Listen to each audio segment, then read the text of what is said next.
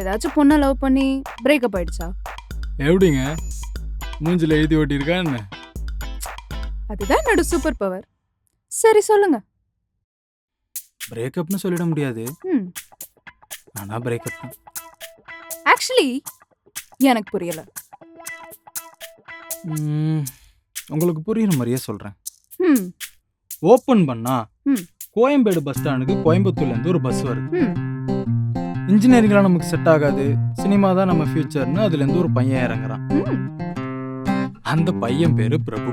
ம் அப்படியே கொஞ்சம் கஷ்டப்பட்டு ஒரு 10 வருஷத்துல ஒரு அசோசியேட் டைரக்டர் லெவலுக்கு வந்துடுறான். எனக்கு ஒரு டவுட். நீங்க தானே அந்த பிரபு? சூப்பருங்க, எப்படிங்க கண்டுபிடிச்சிங்க? கண்டினியூ பண்ணுங்க. கதை கொஞ்சம் லென்த்தா போகுமே, பரவாயில்லையா? ம்